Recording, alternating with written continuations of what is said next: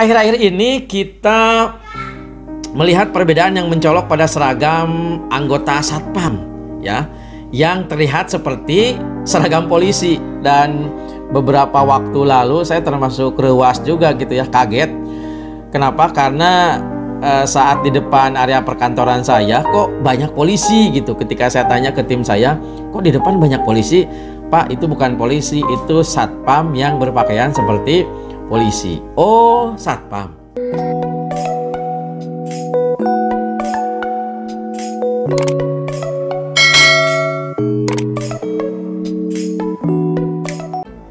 Tidak ada pekerjaan yang buruk, remeh-temeh, membosankan kalau kita mencintai diri kita sendiri.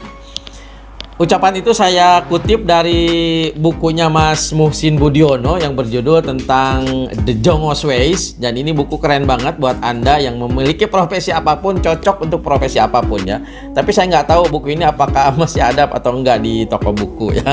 Gitu. Oke, saat ini beliau sebagai karyawan Pertamina ya, dan juga menjabat sebagai Ketua Serikat Pekerja Pertamina se-Jawa Bali, plus juga sebagai trainer followership pertama di Indonesia. Selain teman saya, beliau juga adalah guru saya ya, karena saya belajar juga sama beliau.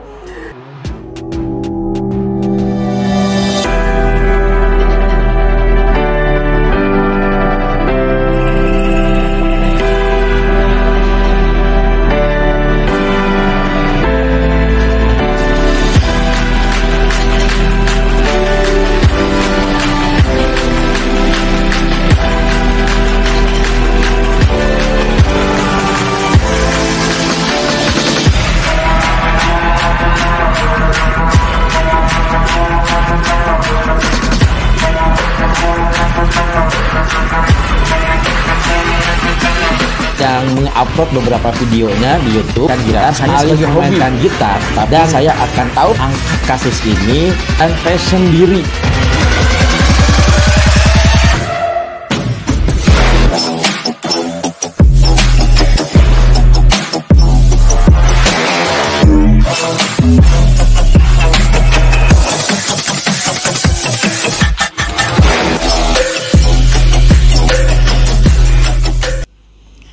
Sejak Agustus tahun 2020, seragam dinas harian anggota Satpam atau security yang tadinya putih dan bawahnya biru diubah menjadi atasannya coklat muda dan bawahannya coklat tua, layaknya seragam seorang polisi. Dan ternyata teman-teman, ketentuan ini tertuang dalam Peraturan Kepala Kepolisian Negara Republik Indonesia Nomor 4 Tahun 2020 tentang pengamanan swakarsa dan ditandatangani pada tanggal 5 Agustus tahun 2020.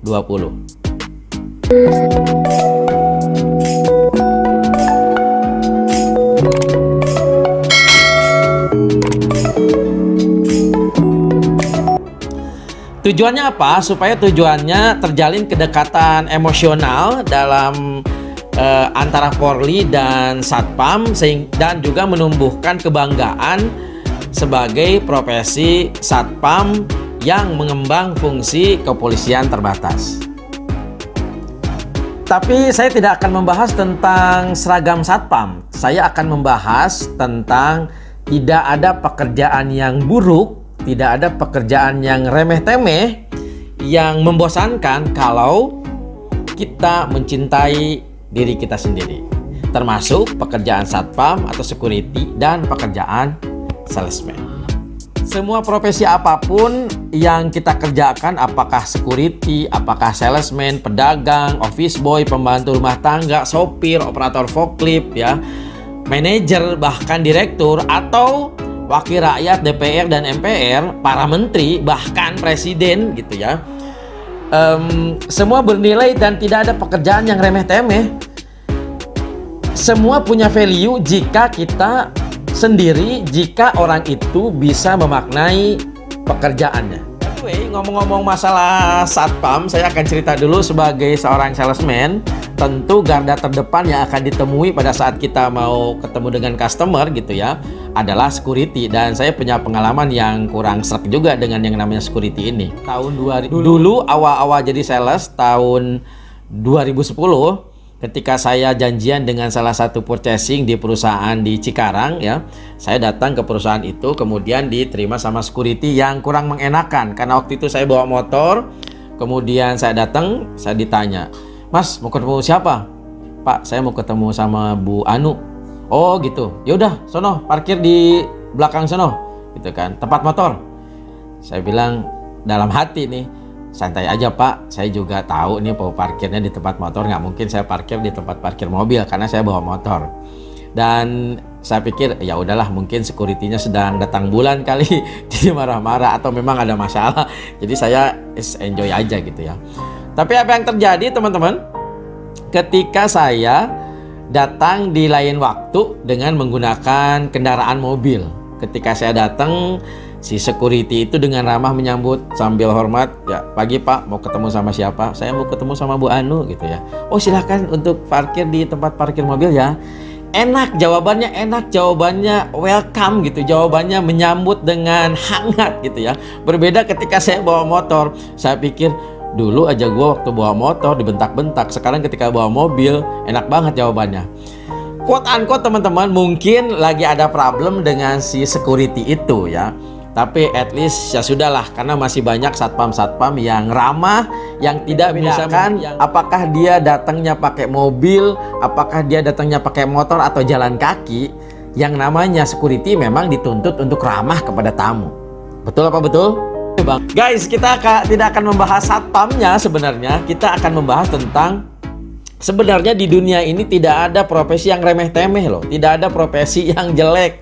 Tidak ada profesi yang buruk. Tidak ada. Kalau orang itu menjalankan profesinya dengan mencintai dirinya sendiri.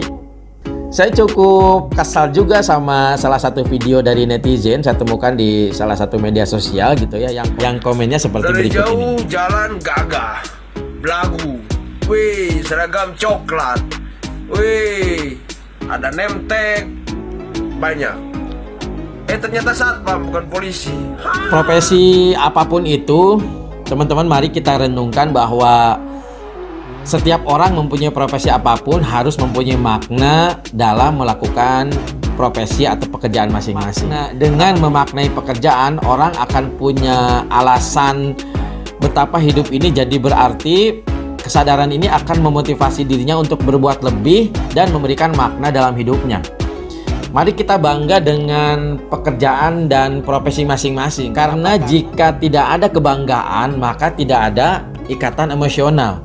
Kalau Anda tidak bangga menjadi seorang karyawan, seorang pekerja, apakah security, operator pabrik, penyapu jalan, atau apapun itu, office boy misalnya, atau apapun itu, maka kalau Anda tidak ada kebanggaan dalam diri, maka tidak ada ikatan emosional.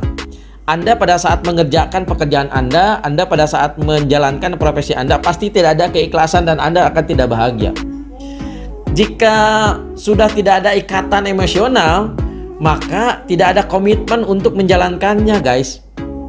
Ya, itulah kenapa mungkin maksud daripada Kapolri pada saat membuat sebuah keputusan, membuat sebuah peraturan bahwa seragam security ini berganti seperti polisi, supaya mereka bangga sebagai security, supaya bangga sebagai satpam. Karena kenapa? Karena orang terdepan dalam mengamankan lingkungan sekitar gitu ya. Jangan lantas malah kita menghina dengan mencemoohkan gitu. Karena memang selama ini kan pekerjaan satpam itu banyak yang mencibir, termasuk pekerjaan salesman loh guys gitu. Nah, mungkin dengan diganti seragamnya akan lebih menaikkan pamor si security.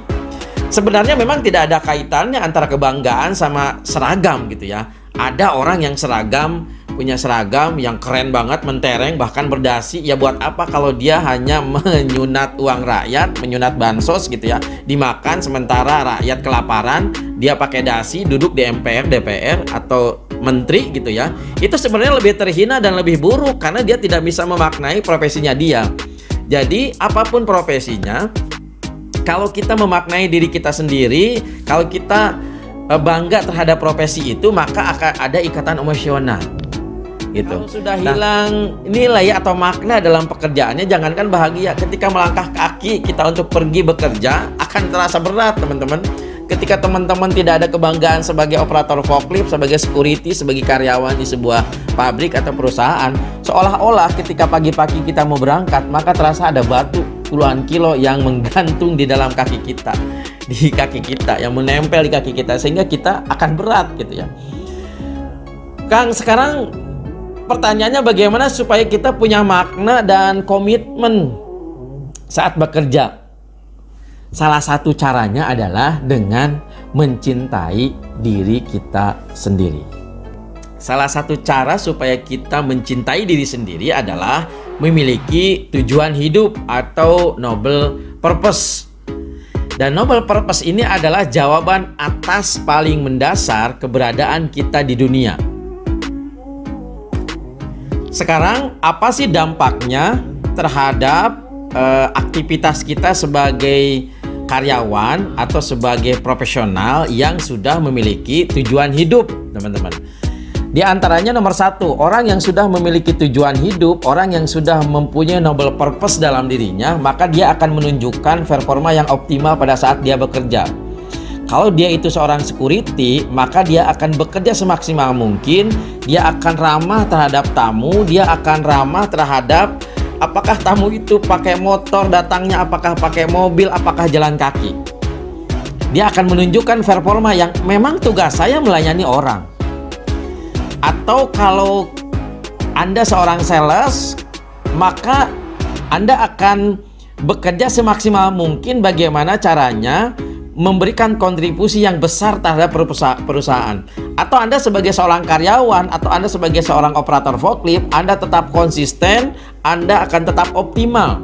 Anda akan mengerahkan segala tenaganya bekerja semaksimal mungkin. Itu yang pertama.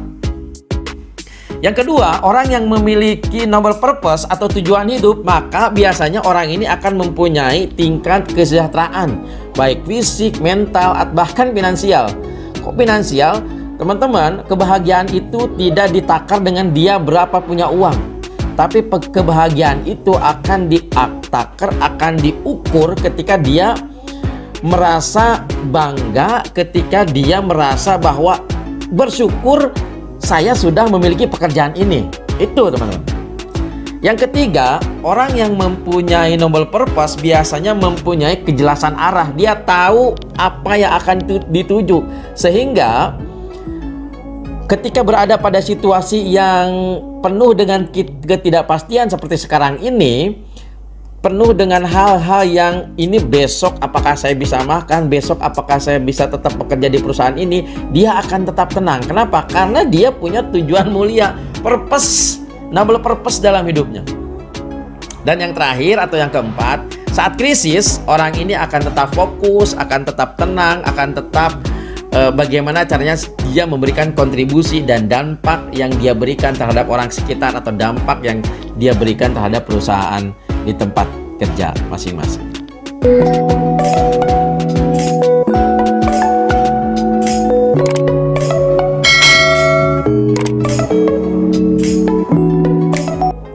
Bagaimana caranya supaya kita memiliki noble purpose? Maka minimal teman-teman harus memiliki 3 pertanyaan ini. Yang pertama, coba jawab, kira-kira Anda terlahir, saya terlahir ke dunia ini untuk apa dan ingin menjadi apa? Apa ibadah spesial yang bisa saya lakukan di dunia ini? Itu pertanyaan pertama. Yang kedua, coba Anda jawab, apa kekuatan utama Anda ketika Anda lahir ke dunia ini? Kemudian, apa yang bisa Anda kontribusikan di dunia termasuk di tempat kerja?